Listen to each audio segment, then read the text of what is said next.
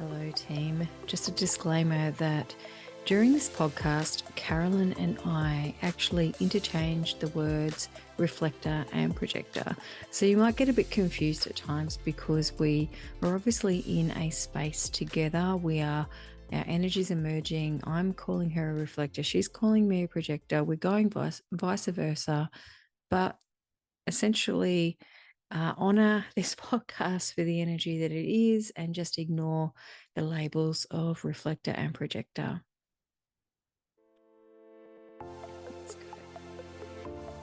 This is a Reflector Reflections podcast. My name is Annie. Join me as we sample around the world the amazing humans that exist in the land of human design, Gene Keys, astrology, and metaphysics.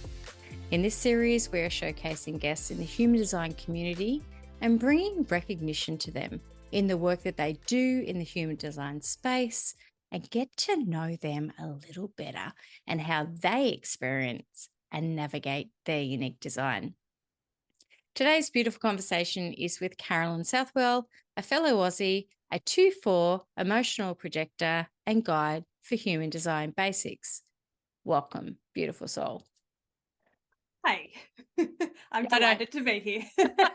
We're just sorry. We're chuckling because we had a little bit of a moment where I called her a 6'2", and she's like, I'm a 2'4". How dare you? Oh, I didn't say how dare you. I felt that in my body, just going, how dare you say that? Oh. Reflector, welcome. Thanks. I love It's that you're here. here. I love that we're having this chat. Yeah. How are you feeling? Good. As we were talking about in the preamble, this is going to be interesting with 2 undefined throats to see what comes out. I've learned to shut the fuck up a lot of the time. Like I've learned that I don't have to say all the things I need to say. But as we do, let's talk about you and discovering you and your journey and how human design found you or you found human design. Can you take us back, friend? March 2014. So 9.5 years ago, I was doing a swap. I was already life coaching and I was coaching a friend who was a body psychotherapist, and she just had a chart reading with Karen Curry Parker, and she had said, oh my God, Carolyn, I think you'd really like this human design thing. And so she invited me, lo and behold, to look up my chart. And so I looked it up, and I expected that because her and I were quite similar, she was a 3-5 generator, that we would have a whole lot of similarities. And when I looked at my chart, I was like, I'm a projector. I'm like so different to you. And what does it even mean? And it was really before, I think with the transits and, the whole world having to stay at home in 2020, the human design world blew up. But back in 2014, there was so little information. I'm like, and I really, at that point in time, couldn't afford and couldn't justify, because I'd never heard of this system before. It's not like I was surrounded by people who were like, oh yeah, it's totally worth your while to get a reading. And so it's like hundreds of dollars. I've never heard of this thing before. I'm like, I'm not going to do that. So I basically just pondered it for about 2 seconds, thought this is weird, and basically shoved it in a file for about 6 months and mostly ignored it. And then, well, the story continues. Shall I tell you more? Yes. We want to know it all. We want all the details, friend. Come on. Well, so it was so interesting that several months later, in typical projector style, I had a guy who I was seeing who was really struggling with life, and I got some intuitive hit that said, maybe there's something in his chart thing. Maybe we should look up his chart. I still don't know anything about it, right? But for some reason, my intuition leads me to look it up. And he was, I can't remember his profile anymore, but he was the sacral manifesting generator. And there was something in me, like, as anyone who knows anything about projectors will be like, oh, well, of course you got into interest in this because you were interested in the other. Like, I really wanted to understand this guy. And then that sort of woke me up to like, oh, hang on, he's really different to me. That's really interesting. And so then I was interested to study him. because I had somebody else to study, you know, and he wanted to learn it from me, you know. I'm like, okay. So very quickly I started sort of getting my hands on whatever content I could get, and pretty quickly I thought, oh, I'm doing my clients a disservice if I don't look up their charts. And so then with the clients that I had for a long time, I said, hey, I'm looking at this really weird thing, but can I tell you about it? And it went from there. And 9.5 years later, I get sick of things usually pretty quickly, and I usually go through phases. This phase seems to be lasting a very long time. I love that you say that, because as a reflector, there's a constant like chopping and changing of interests, but it's something that just it keeps being here. It's just like it won't go away. Even when I go, I'm just going to have a break from you, it's still in my orbit. So I love that you say that. And I'm very interested to hear about this process when you went through this with this person. That's that projector aspect of that, even those open centers, I suppose. Have you always felt that way, that you have this awareness that was outside of your thinking bits? I think one of the challenges that most people run into before they find human design is that it's so easy for us to think that the way we experience life must be just how life is, that it's so easy for us to project onto other people. And I'm sure that some people manage to work this out on their own, but I think I see from the vast majority of people that they talk in terms of, you can do this and this is how it is, and that we just project how we're being in the world and assume that that is what it's like to be human, and not realizing we're an N of one. It's like, no, this is how Carolyn does life. So I didn't realize until I got a better understanding of my chart, no, nobody does it like this. So the things that I'm experiencing, I didn't realize that other people couldn't like see and sense the flow of energy the same way I could. I didn't realize that other people didn't see I can see the way that people are tripping over themselves like it's in flashing neon lights. So like my intuitive ability to be able to see how to guide people, I didn't realize that everyone else couldn't see that. And it wasn't until I understood myself and way more different configurations of charts that I was like, oh no, these other people can't see all this stuff. And they can see or sense this other stuff that I can't see or sense. How interesting. So no, in short answer, no, I had no clue. I was like just going around being Carolyn, not realizing that everyone else's experience was so different. Yeah. So that journey of discovering human design and then, pulling it up, looking at it, figuring out, oh my God, holy crap, this is who I am. What are those first emotions that you felt? What is that first discovery? Yeah, I think one, because there was not a lot of information that was readily sort of accessible. There was not heaps that was easily accessible, and there was still so much jargon. There weren't many people explaining it simply at all, the way that there is now. So for years, the understanding that I had of projectors was that of a bitter victim that is not very powerful and can't do very much.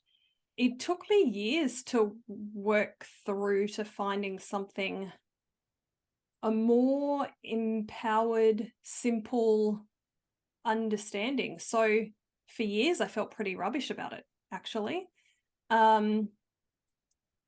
And yeah, I mean, my initial feeling when I saw my chart and how different it was to my friends was of like, it was a little bit shocking. It was a little bit off. It was a little bit destabilizing, because I thought her and I had a lot in common. And now I understand that we do, but not in how our aura behaves. But I still didn't really understood what it meant. And because I didn't have, for years and years and years, I wasn't able to find really empowered projector role models. I was being taught what it means to be a projector by people who weren't projectors and who really had seen really tired, broken, lacking hope, lacking vitality. They were getting all of these really challenged projectors as clients. So then that caused this story that they taught about projectors to also be this like, oh, poor you, you poor reflector, you know?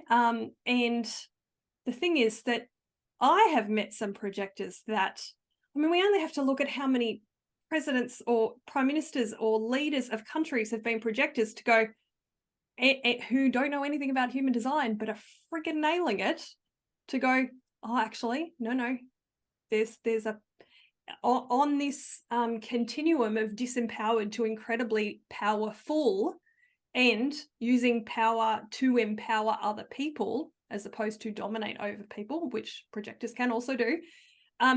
There is everyone in between, but I was hearing too much of the narrative at this end.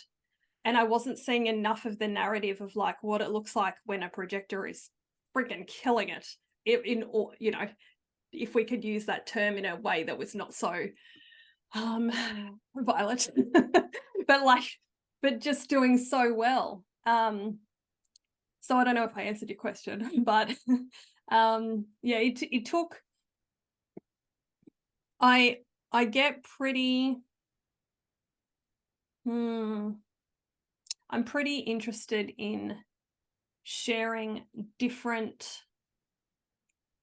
teachings and languaging and support for projectors. There's my tribal circuitry coming out. Support for projectors that help them to see actually waiting for the invitation is not a curse, and no, you're not broken. And, you know, if you happen to be a projector with a lot of openness as well, like that's not a curse. Like one of the most beautiful projectors I know over in WA is a mental projector. She's got 2 centers defined. You know what I mean? She has a lot of openness. It's a pretty challenging configuration. She's awesome. Do you know what I mean? So I think that there is space still for simpler and more empowering communication about and for projectors and reflectors. I know. But we've had conversations about that. I just want to honor your journey, because years ago when you got into this and just what you were speaking into there, it's a very, very similar space that I dropped into as a reflector, of getting into this 4 or 5 years ago and just going, what is all this crap? And I can imagine, just from what you were just saying then, that's how you felt too. It's just like, what is all this crap? This is not my lived experience. They're telling me I've got to do this and I've got to be that. But it's a little bit more than that. And I guess I have a projector daughter, and she is the most magnificent and amazing thing in my life. And she's only 8. And through human design, I've been able to sort of say to her sometimes, because she's splenic, and I've spoken a lot about this, I can actually, I know it sounds like it's codependency. I wonder, I think, oh shit, am I codependent? But I'm like, I'll ask her, how do you feel about this space? How are you going? And she can tell me, because sometimes I don't have the awareness. I can feel what I feel, but it's high. I don't want to say higher level, but I want to say it's a more an external level, where she brings me right into this space of just going, nope. And I'm like, I'm honoring that. And I found projectors in my space are very like that for me. It's just like I'm sort of like out here in the ethers, and they're the ones that kind of like pull it in. So, you know, when we look at the projector aura and it's just like funnels, that's how it feels to me. It's just like, I respect your words. I respect what you're saying to me Mm. because I'm a little bit out here. You're here. Yeah. So, Well, and I think there's two things I want to reply to that. One of them is, this is what I say to projectors of like why it is so essential that we're in relationships with people who want us to be in their space, because we are so penetrating that, Annie better want Carolyn to be in her face because she's gonna be. And that's why it's so uncomfortable when we can see as projectors deeply into somebody and somebody doesn't want our guidance. We need to fucking honor that and like not be all up in their face, not be telling them that thing that happened when you were here. This is how it's like. People don't want to know. If they want to know, they'll invite you, and I think it's so it's almost this like on off. You either really like the projector and you really want them in their space, or you really don't like the projector, and you really don't want them in their space, So I ended up changing a whole lot of the way I communicate online to make it really easy for people to opt out very early on when they come in contact with my stuff. I'm like, if you don't like me, there's lots of other people you can learn from. So please go do that, because it's better for them and it's better for me if I'm only communicating with the people who want my penetrating insights, because I'll do beautiful work with them and I'll just fucking piss off the people who don't want me in their space. And it's not good for me either. It doesn't feel good, you know? So that's to that point. So thank you. So I'm so glad that this projector gets to have you as mum, where you so deeply recognize and invite her wisdom, and invite her penetrating insights for you. Because can be a sometimes really it's very beautiful. uninvited, and that's like let's be honest here. It can be like, okay, I get a lot more, or you sense a lot more, but can you please not come in uninvited? It's a huge thing. Having a lot of, actually not just her, but even her best friends are actually all projectors. And it's just like, oh, fuck, you put all these girls together, and it's just like, what is this? But speaking to the reflector child, because this podcast is about you. I want to explore you. Talk about Carolyn. Can we go back, if you don't mind sharing? No, I no, want I to don't. hear Well, about yeah. Carolyn growing up, if you wouldn't mind. Yeah. Well, and actually, there's one other thing I want to point to, and it kind of ties back into that. Is, you were talking about how when you dropped into this space, you were finding so many people tell you things that didn't match your lived experience, and going, well, this is rubbish. And my problem was, and based on how I navigated childhood, that I put people on pedestals who didn't belong there. So I took on a whole lot of that rubbish. I took on a whole lot of that disempowering messaging, and some of it absolutely felt true. And some of it still continues to be true, but the way that it was presented to me was so disempowering, so limiting, that I actually was the sort of person who didn't fight that, didn't say, actually, no, this is rubbish. And I was like, oh, well, this is how I have to be in the world. And I reckon I not quite lost, but it like impacted me in a really big way, and my progress in business, in my work, for years, because I thought there was so much of the I can't narrative. And I know that a lot of that would have come from being the eldest of 3 children with a mum and dad who were both generators, and a younger sister who's a generator, and a younger brother who's a manifesting generator. And so I grew up with a house full of energy. And I really, like, one of the biggest things was struggling to make friends, and just not knowing how to value myself. A projector who doesn't know how to value themselves is going to have a hard time in life. And so I didn't know how to value myself enough to wait. I didn't know how to value myself enough to not beg for attention. And so I mean, my family's really loving. I was chatting to my mum just before we jumped on. They love me. They don't really understand me.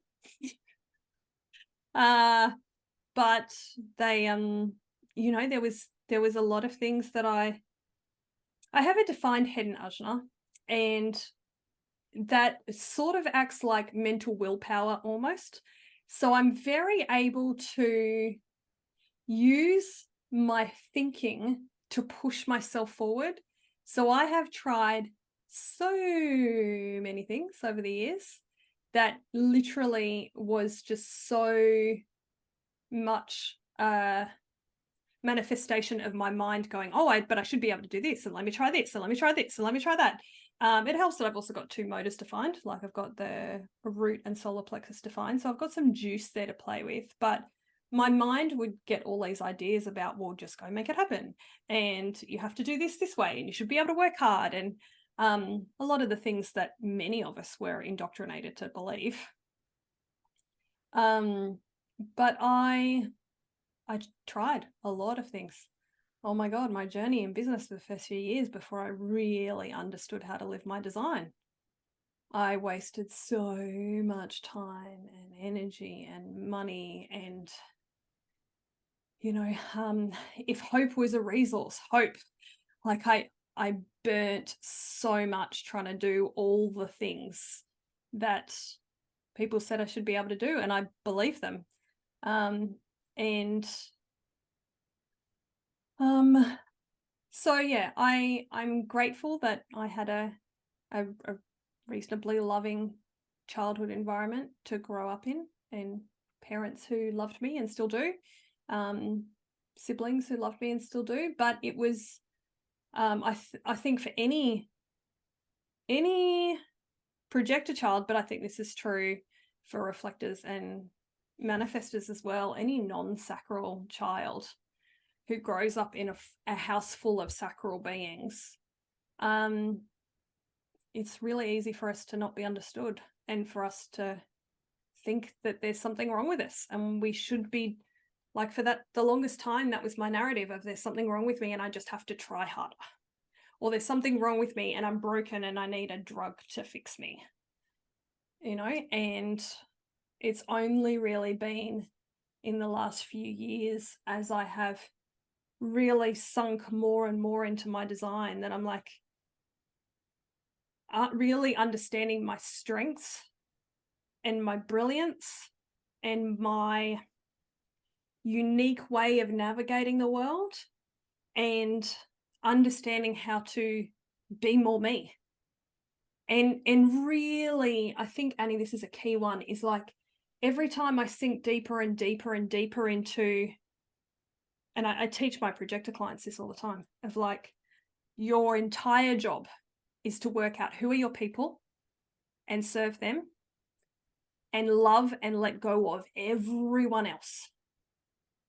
Because if they're your people, you're here to serve them in the way and the degree that you want and they want. And if they're not your people, which is going to be most of them, most people are not your people, just love them and let them go. Yeah. And so I'm so much more peaceful going, oh, most people won't like me. Great. Let me just find out who are the ones that do, because they're my people and they're the ones I'm here to guide. The end. Well, I love you and I think you're amazing. And I want to acknowledge little Caroline, projector Caroline, growing up with all of that sacral energy. And as we get older, isn't it a beautiful thing where we have to you start the deconditioning process? In human design, it's all about the deconditioning process, but there's so much more to it than that. It's just us figuring out who the fuck we are. And you've been doing that. You've been doing that since prior to discovering human design, wading through, who am I outside of all of this? I've been doing the same. I think most people who listen to this are all doing the same. We're all trying to figure who the fuck we are. And we put labels on it. Yep, you're a projector, I'm a reflector. But at the end of the day, we're just trying to find who we are outside of everybody else's opinions. And when we can kind of start to feel that, it feels really good. Mm. It feels really good. Mm. And so I love these conversations because, and I honor you and I thank you for sharing that about yourself, because that is what it is.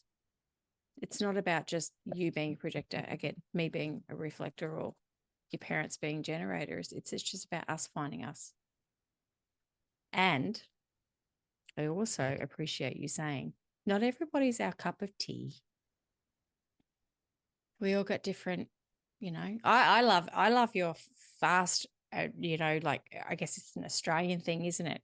You just speak the truth. You're just like, wow, have you had a look at this? And I'm like, I like that. I'm a fifth line. So to me, it's just like, maybe it's just, you're two to my five. It's just Mm. like, well, you're practical. Thank you. Thank you Mm. for not wishy-washying this around and just going, Psh, how can I be of service? Here you go. Want Mm. this? Here you go. Anyway. Yeah, and I want to acknowledge, like, my mum's side of the family is Dutch as well, and the Dutch are like, if you've spent any Yes. time with anyone Dutch, they're about as blunt as Germans, and I say that, and I love Dutch people, and I love German people. So if you're listening to this and you're of either of those backgrounds, Austrian, I'm sure, is probably similar. It's like, I love you, right? But their bluntness, the directness, the like get to the pointness, I think that's even more the Dutchness than it is, my Australian upbringing. And I love that part of me. Yeah. Because I'm like, life is too short to beat around the bush. Going back a little bit into, honoring process, like I speak a lot to reflectors about, when you first discovered this, how did you start to navigate your own journey? How did you, as a projector, start to navigate your own journey? What changes did you have to make, Carolyn, to, that's the strategy. Wait for the invitation. How did you first start implementing this, if you don't mind sharing with us? Well, and actually, this is why I ended up incorporating a second tool so heavily into my coaching practice, is because I remember I was living in Bali at the time, and I was waiting for a few days to have emotional clarity to make decisions as an emotional authority. That wasn't too hard because that kind of felt true, and I could just kind of come up with language. So as long as I caught myself not jumping into things, then it was easy enough to just decide to do that. But as you point out, the like waiting for the invitation thing, far out, that took me so long, and I still am finding places where I'm heavily deconditioned over here, and then I'm still conditioned not to wait for an invitation over here. So anyone who suggests that it's like a linear process or you can do it in a short period of time, rubbish. That's not true. So I remember where I was at the point where I had this realization of, I can see the picture in front of me of where I was, and I started looking up EFT, emotional freedom techniques. I'd had brief exposure to it a handful of years earlier, and so I guess my intuition was like, okay, well, you need some other way to be able to break this. And I don't know how I knew, but some part of me knew. Thanks, intuitive circuitry, the individual. Oh, I can't even tell you actually which gate it was, but something. I have two splenic gates, so something fed me this. Like, this is what you need, and yeah. So I just realized, like, it doesn't matter how much I understand about waiting for the invitation mentally, cognitively, I couldn't get my body to do it, and I knew that this. I can see Ra's quote in front of me. Follow strategy and inner authority for 7 years, and you'll be as enlightened as Buddha.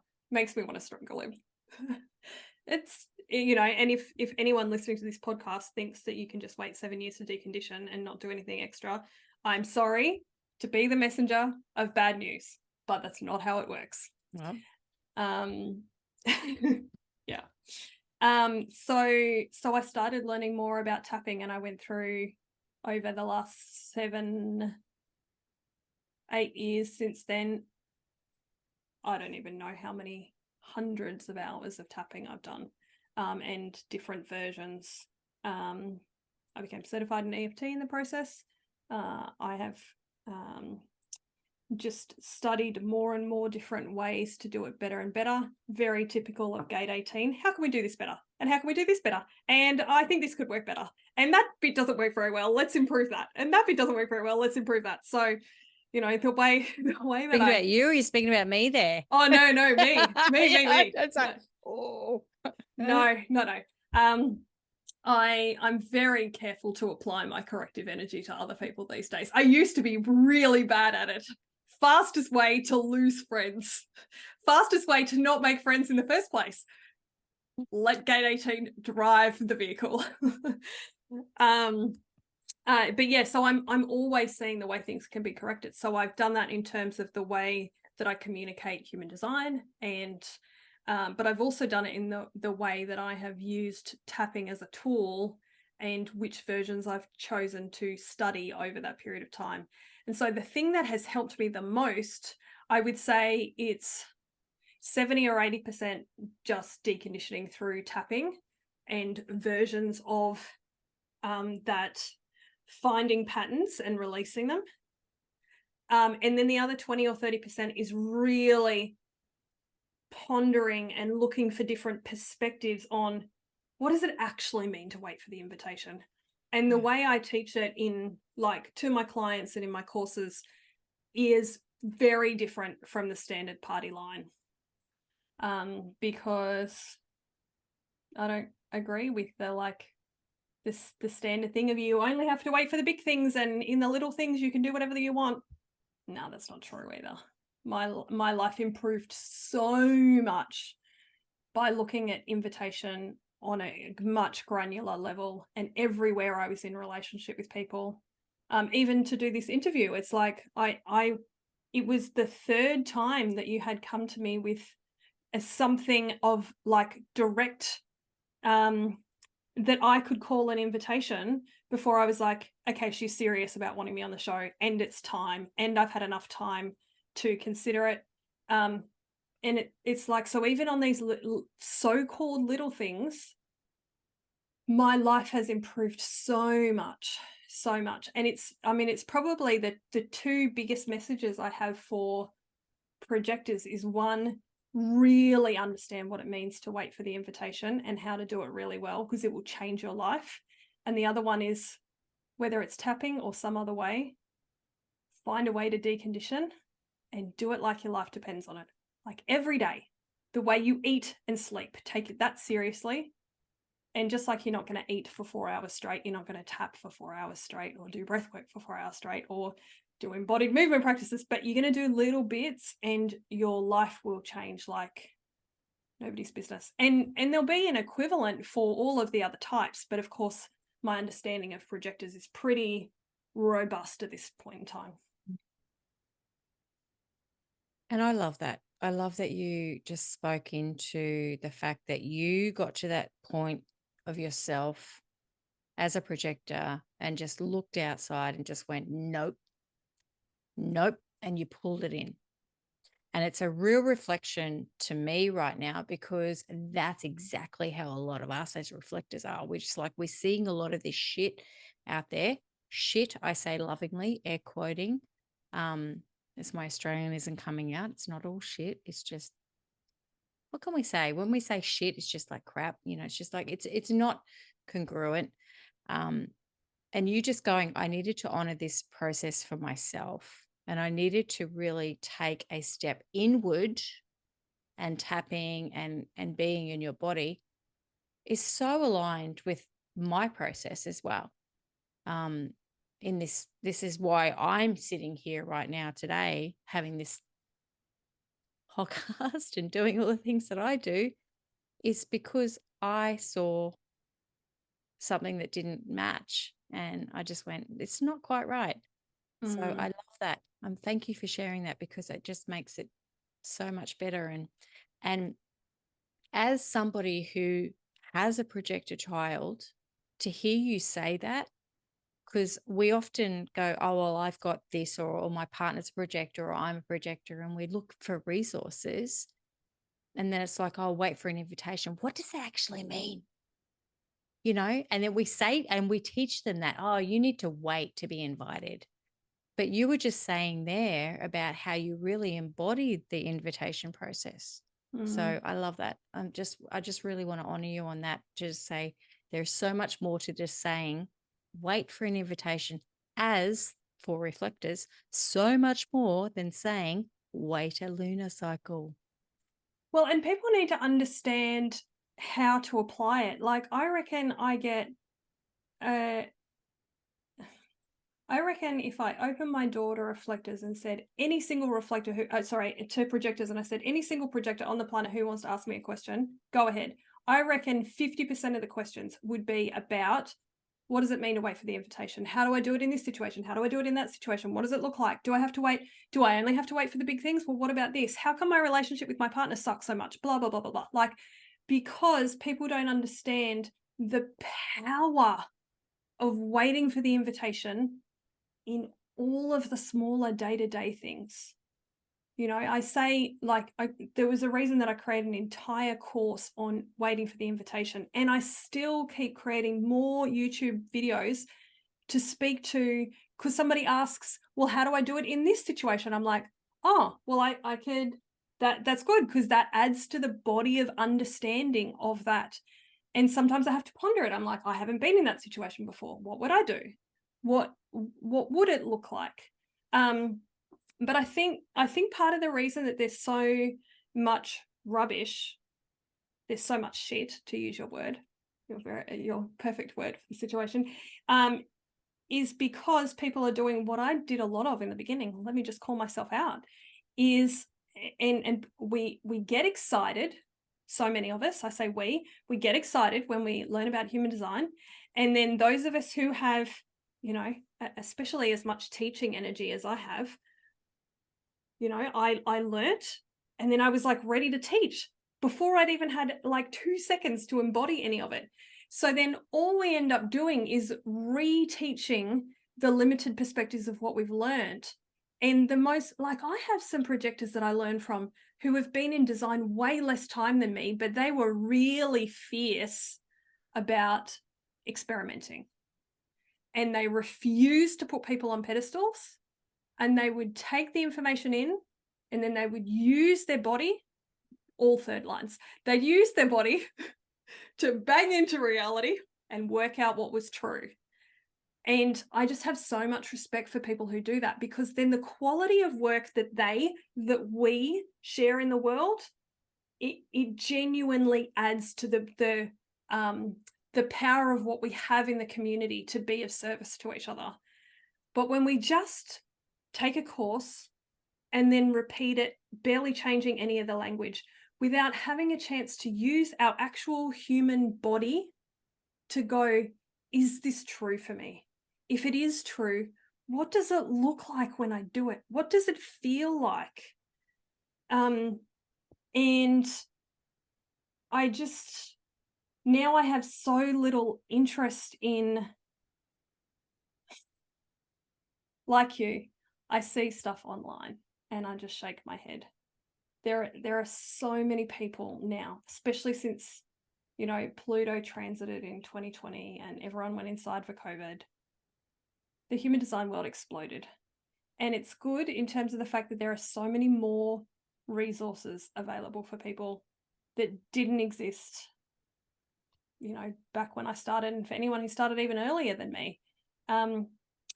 But it's difficult for the newbie to human design to be able to discern who knows what they're talking about, unless they've already done a truckload of deconditioning work before they find human design. Yeah. And if they haven't, then it's really hard, because there are people who are very big names in the industry who I, you know, publicly will say, oh, actually, how about you look at this person instead? And privately, if one of my clients ask about it, I'll be like, heck no, don't listen to that person for this reason and this reason and this reason, and here's a better resource instead. Because I'm not interested in, how do I say this? I think I have gate 46 defined twice in Saturn and Jupiter, and anyone who knows what that means knows what that means. It means I'm really interested in embodiment. So, I'm always open. Like, I have great teachers who are newer to human design than me, but they're fucking embodied. They tell me something and it comes out of their mouth and their body has lived it. I'm like, oh, good. But I can feel the difference. I can feel whether somebody I found yesterday, I'm like, woo, spidey senses go off. Yeah. Oh, this one knows what she's talking about. Fabulous. What else has she got to say? What's she got to say about this thing that I couldn't understand, Or one of my previous teachers said something that didn't sit well. What does this person say about that? Yeah. And I think that's a really beautiful segue into the fact that it is about our own unique design. And we can often get caught in this space of just going, well, I need to look to the new teacher, or I need to look to this person, or this person's doing this. This person clearly knows what they're talking about. It's just like, well, no, they're just talking. They're not living, because all you're seeing is their shit online. Like, all you're seeing is their stuff. You're seeing that they're real. But it's just like, until you actually like draw it, write it, be it, live it, and be in your own space, opposed to just like, scrolling Instagram or Facebook or whatever it is, how are you supposed to embody it? How Mm, are you supposed to discern who actually knows more than you do? Because mm, I don't think anybody knows more than we do, because it's our unique experiment. It's our unique mm, design. And we can often eject outside of ourselves, gate 48 right there, but, and go, oh, well, this person clearly, because they've got 25 years or they've got 11 years, or even you got 9 years on, are you better than me? No. No one's better. I don't, and I love what you just yeah. said there. You've encountered people who have been living their design less than you, but they Mm, embody it. mm, It doesn't matter that mm, they. I think that's a projection and a perception there. mm, I think we all navigate things to the best that we can, but the most important. Sorry for jumping in here a little bit aggressively in my fifth line, but I'm just like, nope. I've learnt this the hard way of just mm, going, I refuse. I love what you were saying there. I refuse to put anybody on a pedestal, because we're all navigating it in our own weird way. mm. And in the past, human design's always been about, oh, well, you're 11 years in, so you must be better than me. Which is like, that's bullshit. Yeah. And that was driven home for me when I had the privilege of learning from somebody recently who learned directly from Ra and has been doing human design for 25 years. And I'm like, oh, no, Yeah. they know this person knows a lot, but the way that it's being transmitted is not digestible. It's not accessible. It's not usable. And is it just that some people might argue, well, he's not in your fractal, he's not the right person for you. But it was such a reinforcement for me of how vital the deconditioning process is. But also that, like you said, we have to all do it our own way. But we do need access to quality information. And that's one of the things that I have continued to do is look for different teachers again and again and again who, and very much driven by my gate 18, but everyone's going to do it differently. It's like, who's explaining this better? Who else is explaining it in a more empowered way? Who else is explaining it in a simpler way? Who else is giving me the 5-minute version instead of the 1 hour version to explain the same one fucking concept? I don't need to know how clever you are. I want to know if you can transmit the idea to me in a way that I can understand and then go and start to experiment with, So yeah. And you And know for what? Not me, it's, everyone's going to feel that way either. Like, mm, just mm, having a conversation. Not everyone's going to want to learn that way. And that might be your mutative response. It might be the fact that I've got a lot of individual circuitry. There might be a lot that happens in that. Other people like the slow process. So I think, well, and um, also like, I'm right brain, right mind. People who, a quad left is possibly far more likely to go, that person's my teacher. I'm going to learn everything from them. And then they still might not go anywhere else. And have you been that's speaking to my husband? no. but I am thinking of other, you know. Right, a right and a left. Oh, yes. Yeah, but I mean, Sorry. you know, like the leftness does prefer a lot Yeah. more of the structure and like, let me find my one teacher. And like you said, I mean, I tried doing that for a while, and it's like at some point I had to, and I continue to learn about the importance of taking people off pedestals, because it's been I think it's, you know, if it's not a lifelong lesson, it's like a big fucking chunk of this life is learning how to, you know, the importance of taking people off pedestals and going, hang on, what does Carolyn think? You know, including accessing all of the parts of me, including all of my intuitive wisdom that already knows if somebody knows what they're talking about. And, you know, if they're brilliant at this thing, but I shouldn't listen to anything they say over here, great, I'll just ignore that bit and I'll like really zoom in and appreciate this bit. So yeah, one of the wisest things I did was stop paying attention to whether somebody has, you know, I have feeling cognition, feeling for how embodied somebody is and how correct it feels in my body when that person is talking and teaching versus they've been doing it for 3, 9, 11, 25 years. Because that's what I'm more interested in.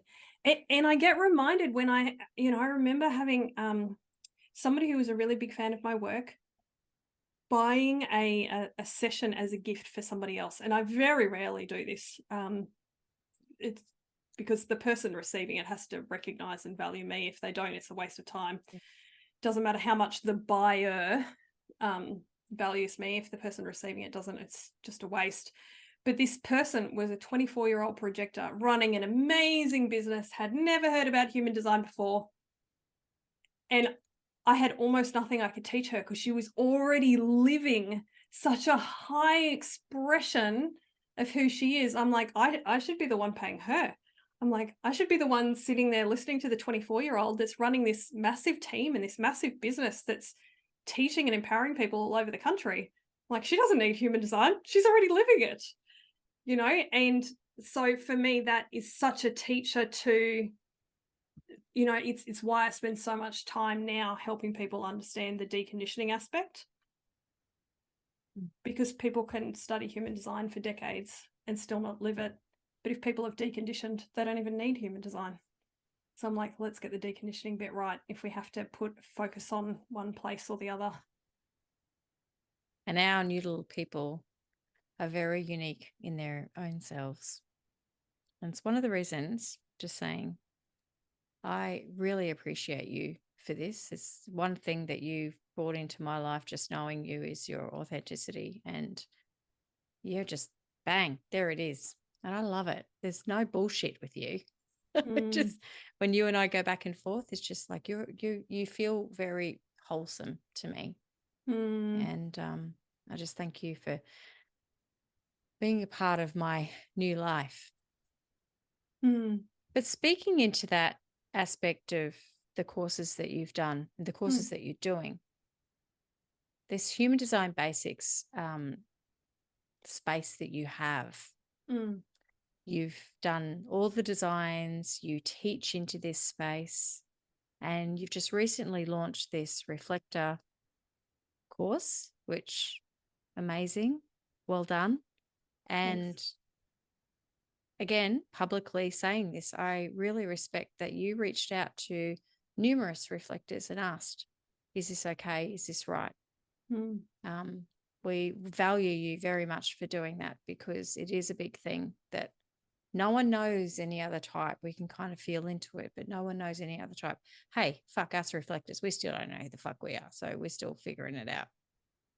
Speak to us about the work that you do, dear soul. So there's basically two aspects. There's the coaching and the courses. So the courses are good for people who are either on a very low budget, which, let's face it, there's lots of countries around the world that don't make as much money as you and I do, and or for people who are very new to the space and just need to learn some of the new stuff before they get sort of tailored coaching. And so the courses are designed so that I don't have to teach all the reflectors, for example, all the beginning stuff that's all going to be the basics that everyone needs to learn in the beginning. So I just took all that stuff and I put it in a course. And then the coaching, my favorite humans to work with are the ones who already have a reasonable understanding of human design. And that might just be that they're a first line who's been digging for a few months, or, like one of my humans that I work with has a higher level of certification in human design than I do. And she's been coming to me for years. She knows more about human design than I do. But what I do is I help her with the deconditioning aspect so that she can live into the design. So, people who know some level of knowledge about human design, and they're really determined to make the world a better place by being themselves. They're usually coaches or therapists or mentors or leaders of some description. So then they can then lead and coach and guide their own people better. Not surprisingly, I get a very high percentage of projectors who I adore. But I also get people of all types. Not manifestors very often because they don't like being told what to do. Even though you live with one. Yes, even though I live with one, he doesn't like being told what to do either. He's very good at pushing back and ignoring me with all his deaf gates.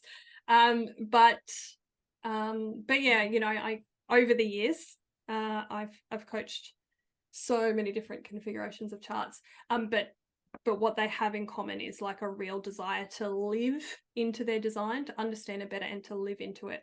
And they like listening to me talk. They're my people. So yeah, and so we can do really beautiful I can do really beautiful tailored work with people then. And I love that because I love that, 3 sessions in a row and they're all different, even if they're projectors. Every one of them is different because I'm taking into consideration their nature as per their chart, but also how they've been nurtured. What was their childhood like? What are the bullshit stories that are coming out of their mouth that I can sort of point out to them of like, well, look, there's this thing going over here. Are you aware of it? Do you want to do something about it? It's getting in the way of you living your design, And so some people I can do sort of 1 or 2 levels down in terms of work. And then the people who have been coming to me for years, I can do really deep work with. And it's incredibly, I feel incredibly privileged when I get to do that. People share all sorts of things with me and I just feel, they feel safe with me to be really vulnerable. And I just feel again and again a combination of grateful and extremely privileged that I get to be that safe space for people. And I think I also feel really proud because my ability to be this authentic, as you spoke to, but also to have turned myself into such a safe space for so many people has come through doing the really fucking ugly, uncomfortable, scary work again and again and again over years, because I didn't used to be like this, but I'm pretty proud of who I am now. I'm proud of who you are now too. Thanks, sweetheart. And the safe space is what it always rings through to me. You're a safe space. You're a safe space to land. And you and I, even that time when we caught up, it was just like, you're a safe space. It's just like nervous system could relax. I didn't feel like you were probing me. It was okay. It's a safe space. You're a safe space. And I thank you. For the projectors listening, I'm only a safe space because I know when I have an invitation and I don't friggin' overstep the mark when I haven't been invited. Because otherwise, as projectors, we're not a safe space. If we probe when somebody hasn't invited us, when they don't want us, then we become the exact opposite of a safe space. So it's really knowing how to follow our strategy. For me, how to follow my strategy. And I don't get it perfect all the time, but I get it more right more often than ever before. Yeah, you do. And lastly, before we wrap this up, you came into my orbit, let's use that word, with the Reflector Love Letter. And if anybody has not listened to that, it's beautiful. It made me cry. And I think it's a huge thing in our little, community of just that Reflector Love Letter. And publicly, I'd like to thank you for that, because it's a beautiful, I'm going to share it in the show notes, that thing, that YouTube video. What do we call it? Whatever it is. And that's how I found you. Because I was just like, wow, this is beautiful. So thank you for that. Thank you for seeing us. Welcome. It is my my pleasure, and it is a delight to see reflectors. It really is. Well, when they're having a good time, that is. Well, when they have some sense of how to be their own unique, quirky self. Yes. Until you fuck us off, and then we're going to be in your face and say, oi. No, then I still like you too. It's just the struggling, but it's true for every type. When anyone is trying really hard to be something they're not. Yeah. You know, I like all the fierceness. I like all of the different expressions that a person can be, including a reflector. And it's a very different experience to receive somebody when they're, you know, bumbling their way forward, being the most authentic they can be, as opposed to so shut down following the program, you know, just in the matrix, no idea that they're just doing life like everyone else. When people are awake or waking up, that surprise and delight, it's fun to engage with. Well, I want to thank you for coming on and accepting my invitation time and time again after our bumbling with the USB stick. And I'm just like, hey, here you go. I'm just going to send you this link. Book in. And you did. You accepted straight away. I was just like, oh. So it was my delight and surprise that you accepted so quickly. So thank you. Thank you for being here. Thank you for talking to me. Thank you for being vulnerable and honest. Thank you for just being you. Thanks, Mayta. Thanks for having me on the show. You're welcome.